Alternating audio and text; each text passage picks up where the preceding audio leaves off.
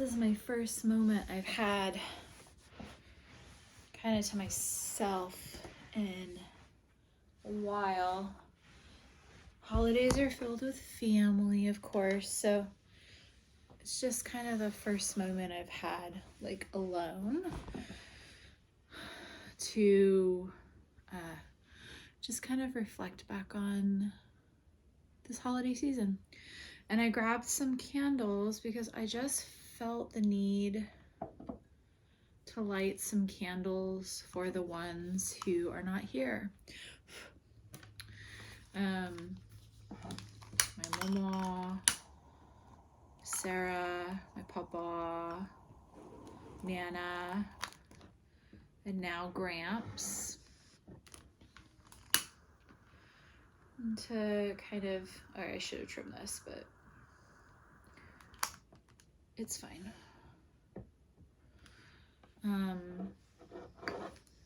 You know, let them be with us. There's no, and then I'm really have gotten into incense. I bought some for myself on Christmas, and this particular one is really cozy, and it reminds me honestly of times with Sarah. The smell, I can't quite pinpoint the moment, but the smell is very reminiscent of cozy times in our bedroom with like the lights low and just enjoying each other's company. And so it just kind of brings me back to that like candlelit glow in a room with her. Yeah, made some Earl Grey tea, put a little oat milk in there. Just trying to take a few quiet moments. You can hear, I really want to light a fire in the fireplace, but we're out of fire logs. I don't want to use the few little bits of wood we have because I haven't cleaned I want to clean the chimney first before we use like something that'll like spin sparks up the chimney because it's been a while.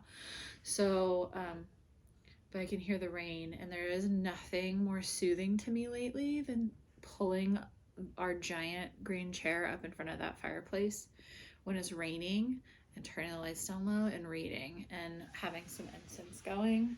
It is like the coziest thing.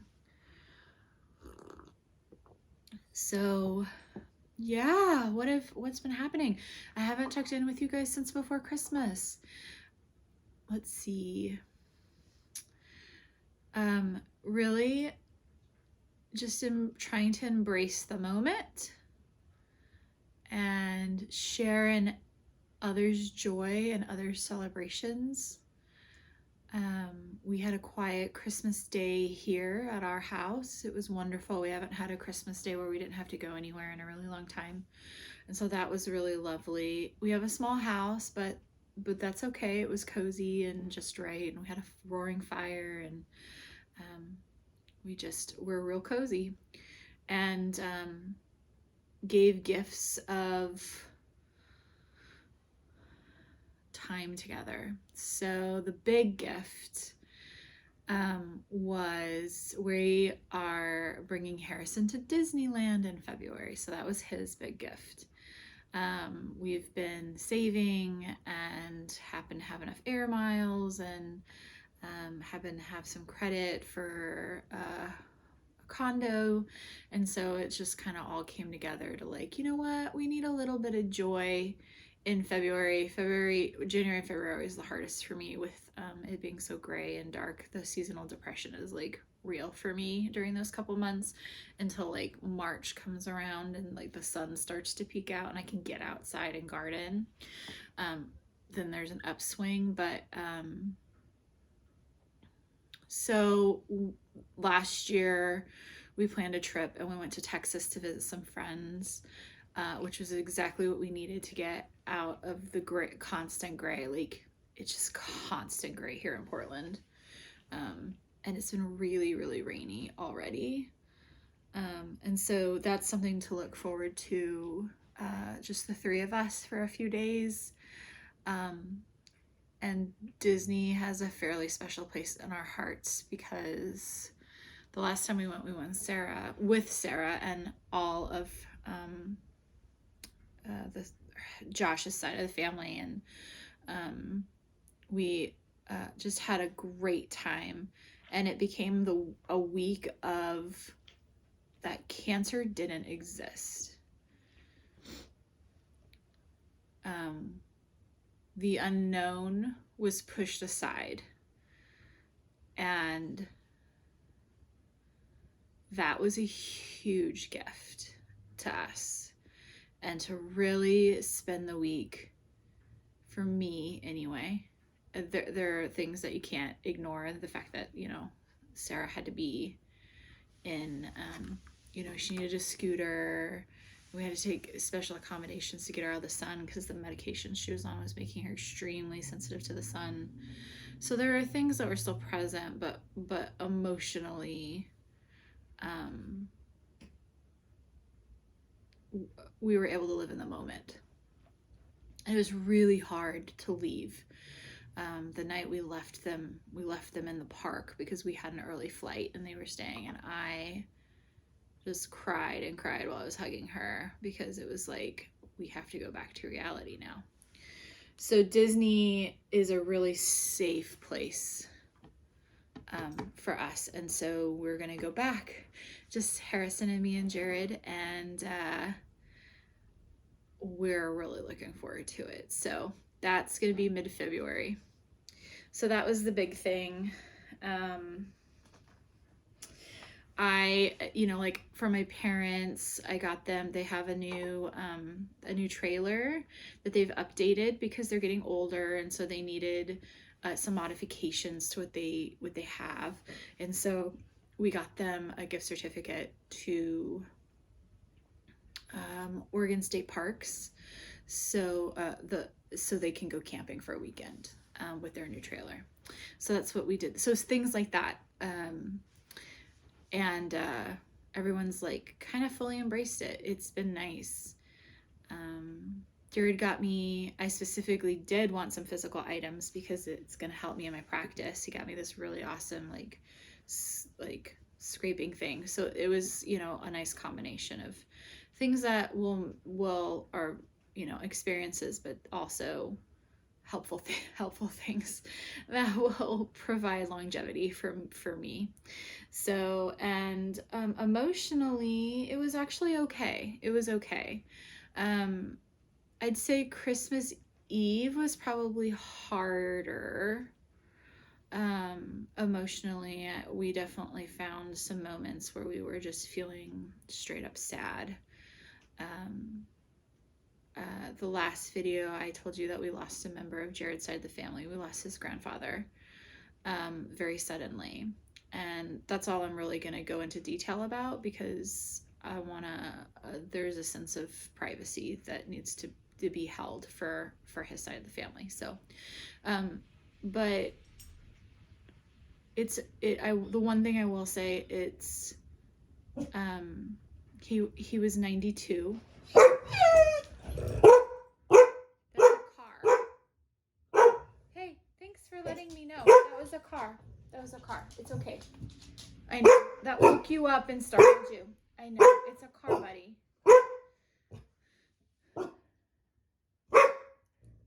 Yeah.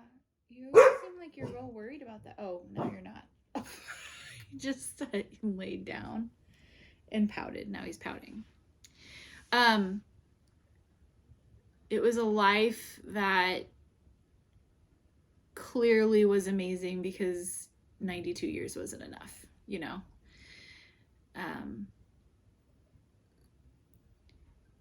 so it's been difficult at times, for sure.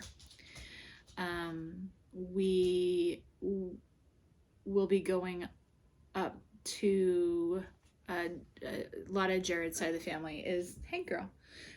Is in the Seattle area, so we'll be taking a couple trips back and forth up there to kind of deal with what we have to do and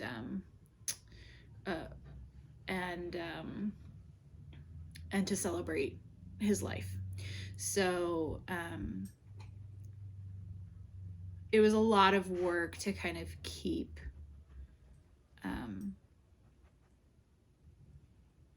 things in perspective, and to grieve, but also try to find some kind of acceptance in order to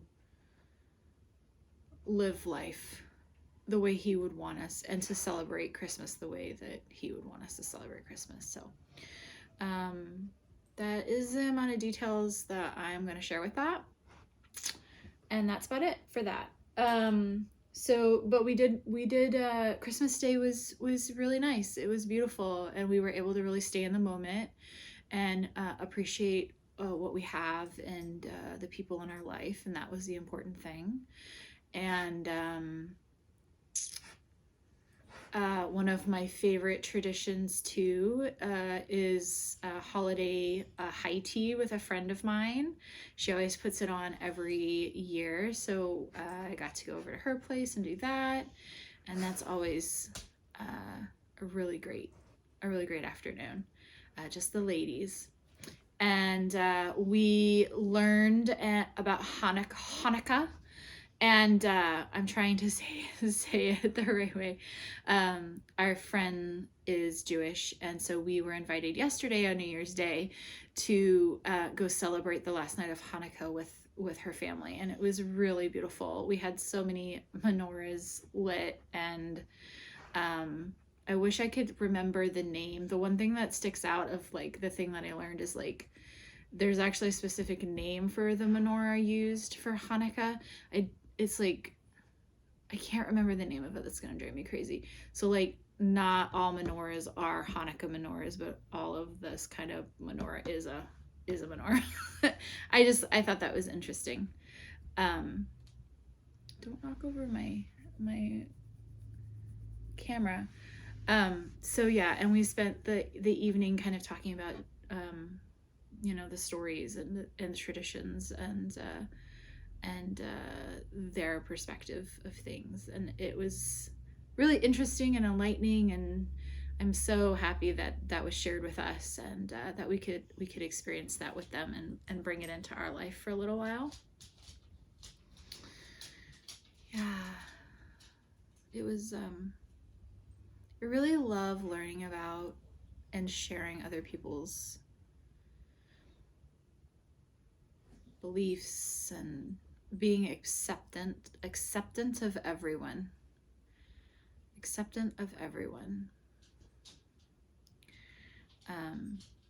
and that they all have beautiful messages to them, no matter how you look at it or how you celebrate it, right? That so I'm kind of transfixed by how the smoke is leaving the incense right now. So yeah, and New Year, Happy New Year. We rested. We did go to the Hanukkah party, but we rested. It's kind of been our priority on New Year's Day is to rest. Definitely had some mental awakenings, some thoughts that have come to my head, some ideas for the new year, processing of trauma that I'm actually kind of glad New Year's night, like right after midnight, all these things are coming into my head and processing me, like some stuff and some aha moments, and I'm kind of like feel like because of that I'm stepping into the new year with a different perspective and a different strength. I haven't felt strong in a while emotionally, and for some reason a moment of strength and realization came to me, and I'm gonna embrace it. it's not, the details are not something I am wanting to share. It is trauma related, family related, and so, but the wonders of counseling and self-reflection and journaling and trauma therapy and creating quiet in my life is really starting to benefit me. Really starting to benefit me. There's been some times where I'm like, oh, I'm bored. I should fill my time with doing something, or I should go do this, or and then I step back and I think, actually, no, I shouldn't. I should look internally and take this moment and this opportunity to process in self-care and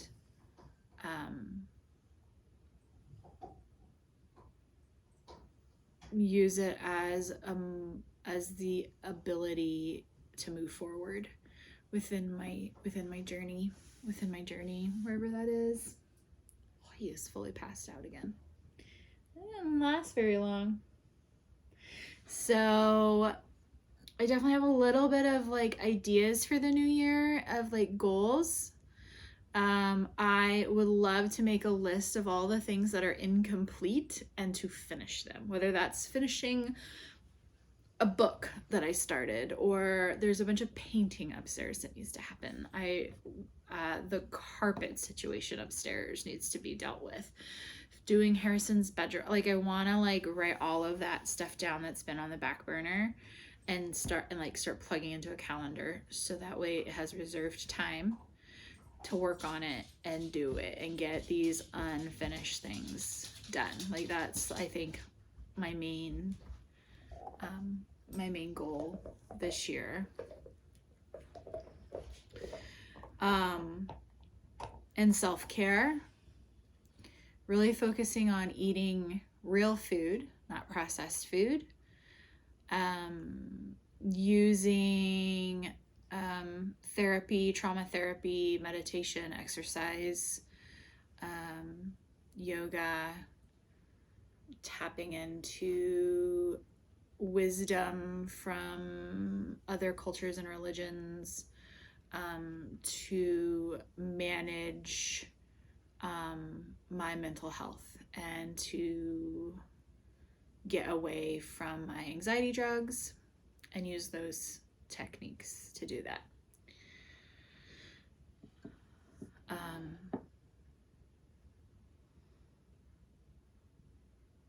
To foster my unique spirituality, because that is a part of feeling of well-being.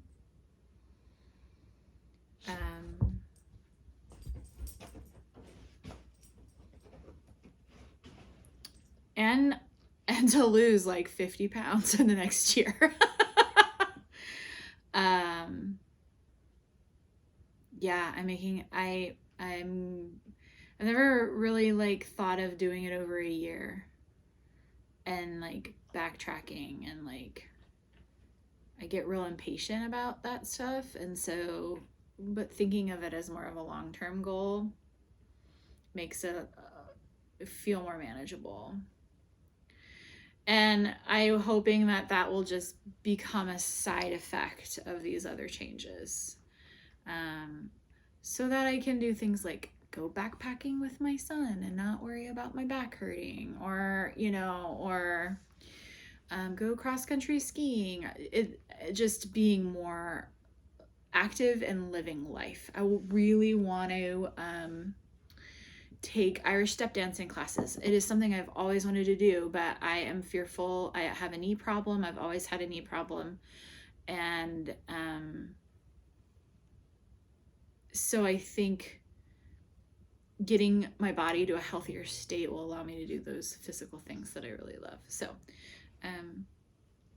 I'm trying not to make it the goal, but like the happy side effect of all the other things that I'm doing to make myself feel better, and also be happy with who I am now. I don't think I've ever been happy with who I am in my body right now. And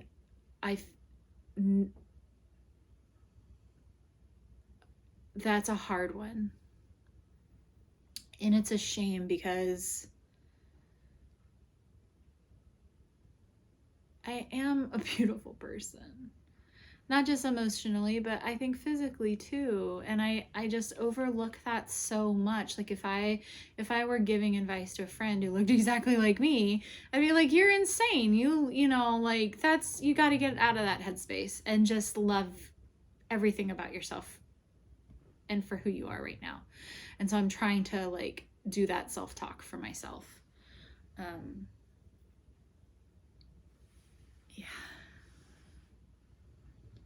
Yeah. So I hope that your new year is filled with excitement for new opportunities and experiences and changes, and that whatever comes your way, you are able to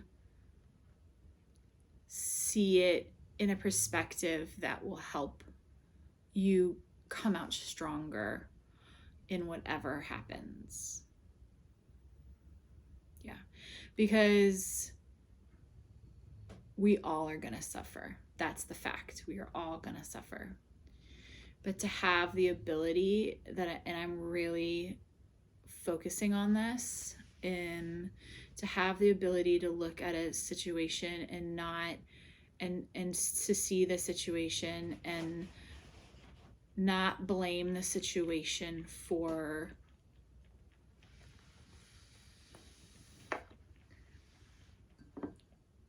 your reaction. That bad things happen all the time. It is inevitable. It is a universal truth. And the only thing that we can control is our reaction to that. And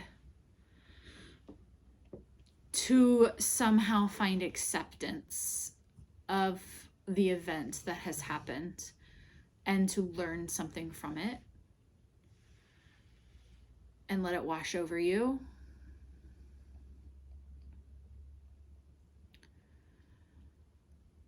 And not let your brain get attached to it.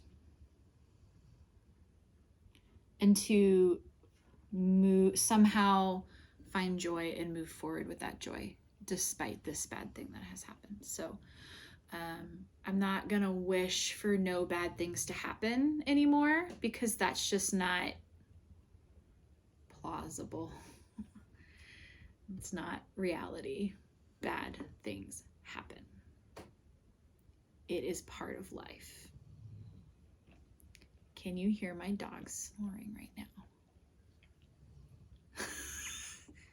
Like a little grizzly bear. So that is a big goal for this year. And to bring and recognize the energy of how the energy of the people that are no longer here physically with me are still affecting me. And how that is shaping me into this person that I am and helping me find this path. And I feel really at peace with that. And I feel like I've got this like team in my corner. this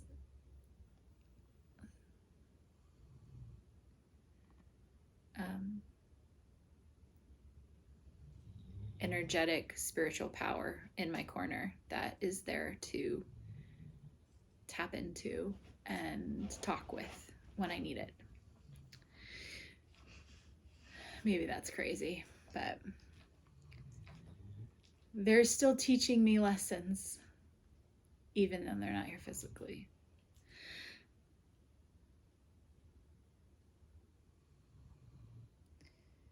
Yeah, I feel really at peace right now. So I'll leave you with that. I hope you find your peace. I hope maybe take some of that thought processing and somehow you can apply it to help, your thought process.